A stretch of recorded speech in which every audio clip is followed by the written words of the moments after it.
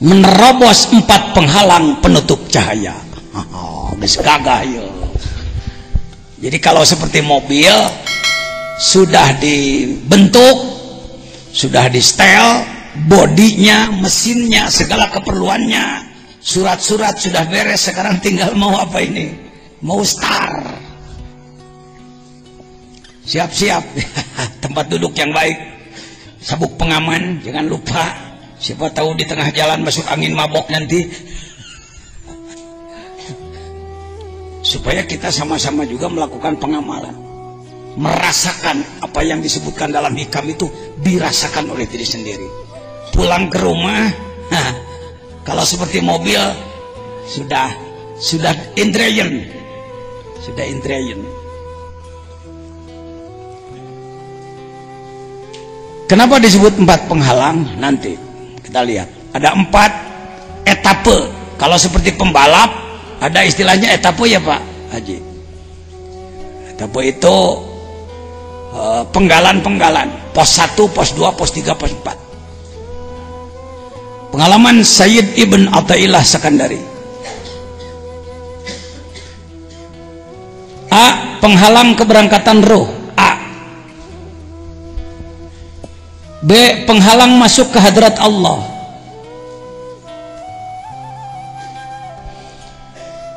Kita ambil contoh mobil ya, at-tasbih lit-taudih. Di antara akhlak Allah adalah bertasbih, bukan tasbih, bertasbih. Mathaluhum kamathalil ladzi istauqada naro, tasbih, perumpamaan. Bicara kepada umat, bicaralah dengan perumpamaan supaya lebih cepat nyambung pada orang. Mathalul ladzina yunfikuna fi sabilillah kamathali habbah. Ya. Sekarang kita ambil perumpamaan mobil. Pertama, menghidupkan mesin. Kedua, masuk gigi, berangkat. Ketiga, sampai di tujuan. Keempat, memahami segala sesuatu. Memahami segala sesuatu. Jadi perjalanannya 4. Satu adalah menghidupkan. Yang kedua, berangkat.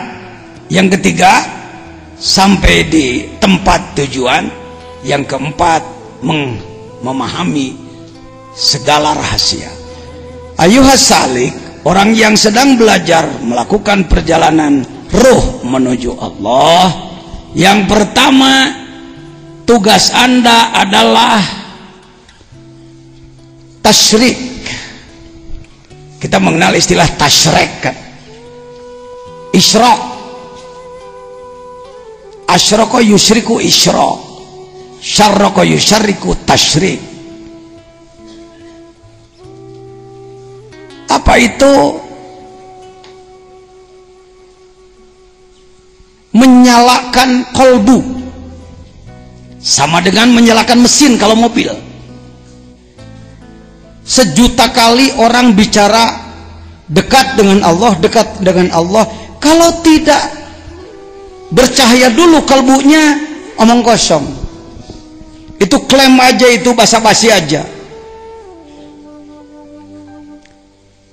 Karena itu tahap awal, kaifa yasyruku qalbun. Bagaimana kolbu seseorang? Kolbu daging hati bukan? Jantung? Naon atuh? Begitu. Santri hikam begitu. Kalbunya bukan daging hati, kalbunya bukan jantung, tapi kalbunya dimensi abstrak dalam diri manusia. Dimensi batin dalam diri manusia, dimensi ketuhanan dalam diri manusia. Stop menyebut bahwa kolbu adalah daging hati. Stop. Kalangan ulama, kalangan cendekiawan cepat berubah. Selama Anda memahami bahwa kalbu adalah daging hati, Anda tidak akan mampu mencetak manusia berakhlak. Tidak akan. Sebab sudah salah alamat sejak awal. Orang sakit mata dikasih obat jamu-jamu, dimasukkan ke matanya, sembuh apa makin sakit? Wong sudah salah alamat dari awal. Yang sakit itu kolbunya, sedangkan kolbu ditujukan kepada daging hati. Sudah salah alamat sejak awal. Maka obat yang dimasukkannya juga obat yang bukan teruji, coba-coba aja. Itulah Indonesia, Pak. Itulah Indonesia. Kaifa yasruku, bagaimana kalbu, dimensi abstrak, wilayah batin manusia akan bersinar. Bukan sinar ini, nur Allah. Allahu nurus samawat wal ard. Allah itu adalah cahaya langit dan bumi. Bukan Allahu maliku nuris samawat, Allahu jailu nuris samawat, Allahu nurus samawat. Ari Allah nur samawat. Tapi aku tenempo apa nyirob lagi gitu. Allahu mubtada'un nuru khabaruhu. Ari Allah teh nurus samawati wal ard. Kalau diumpamakan masalu nurihi kamishkat. Nur Allah itu ibarat miskat. Miskat itu tempat lampu dina dinding. Kalau budaya Indonesia, tempat lampu itu gantungan, paku. Kalau budaya Arab, karena temboknya tebal, tempat lampu itu cekungan. Itulah miskat. Jadi dina eta teh dilegokeun gitu, sok lampu jadinya. Itu miskat. Apa makna miskat? Cahaya ke sebelah, sebelah lagi tertutup.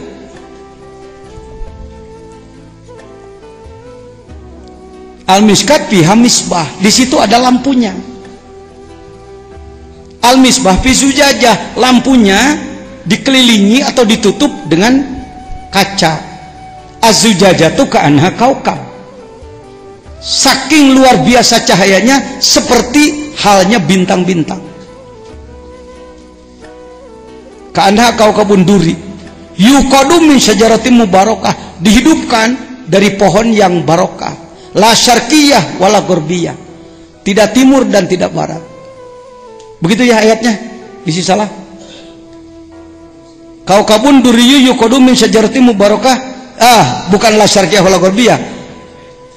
Zaitunatin mubarakah, terus betul, la syarqiyah wala yakadu zaituha yudi'u. Tanpa api pun minyaknya menyala sendiri, apalagi pakai minyak, apalagi pakai api. Nurun ala nur, cahaya di atas cahaya. Tarapati beres ngabahas ayat eta teh. Sebab yang disebutkan nurnya cahaya iya, cahaya caang, lain cahaya iya, cahaya rupaan.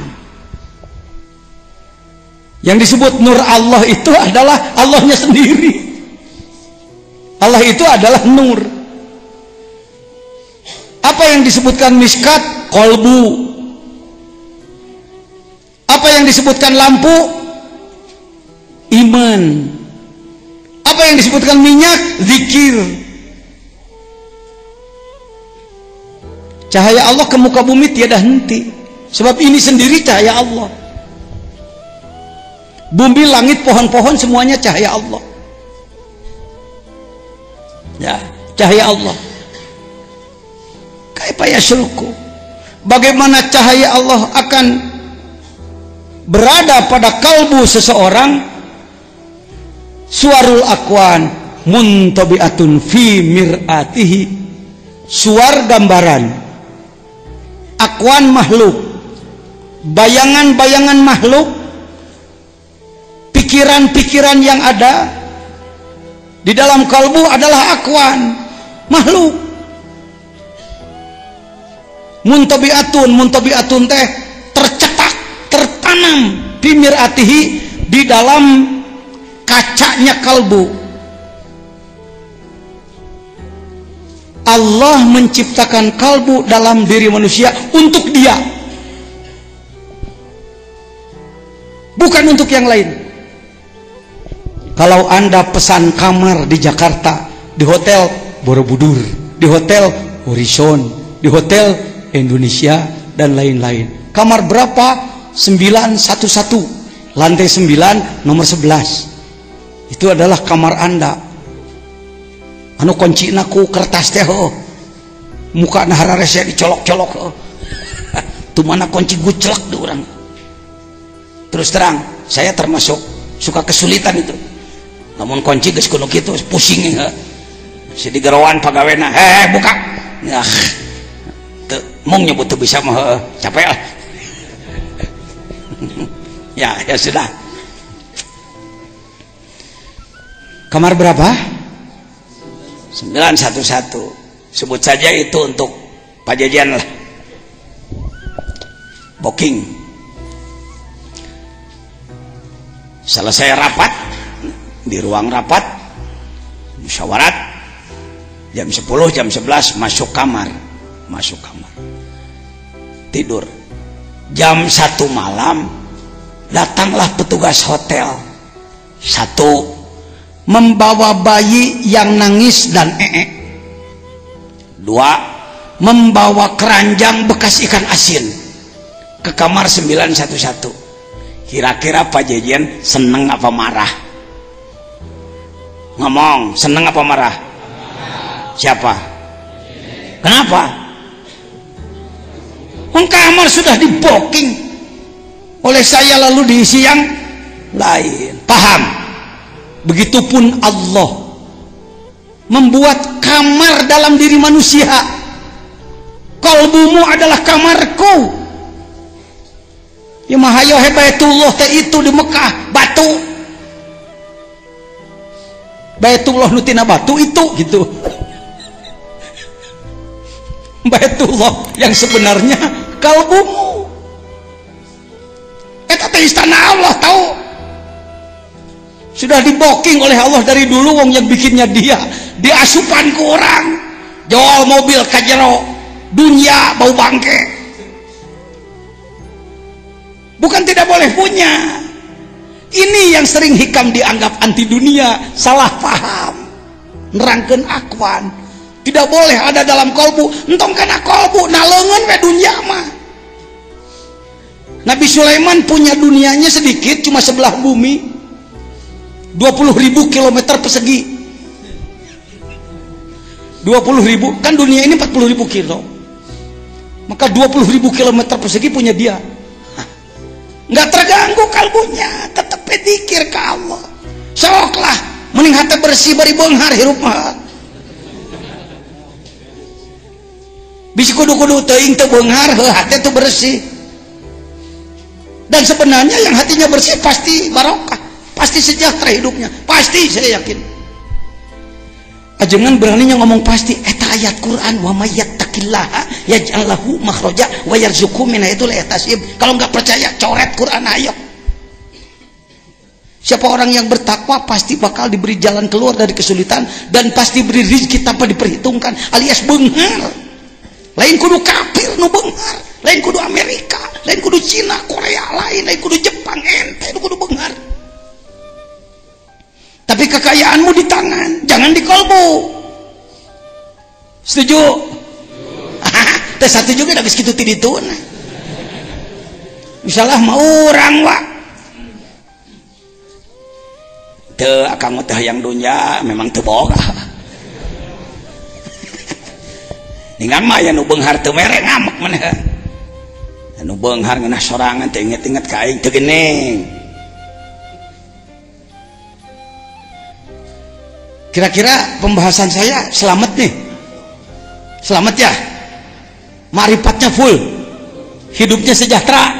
Bukankah itu tujuan negara? Bukankah itu tujuan Islam? Kenaun dina Quran aya Rabbana atina fid dunya hasanah wa fil akhirati hasanah wa qina adzabannar. Rabbana atina fid dunya hasanah wa fil akhirati sayyi'ah aw aksuh. Bidunya sayyi'ah wa fil akhirati hasanah. Bidunya bil akhirati. Dirubah Quran ku ente. Jangan merubah-rubah aturan dasar dengan pemikiran bodoh kita, pemikiran malas kita.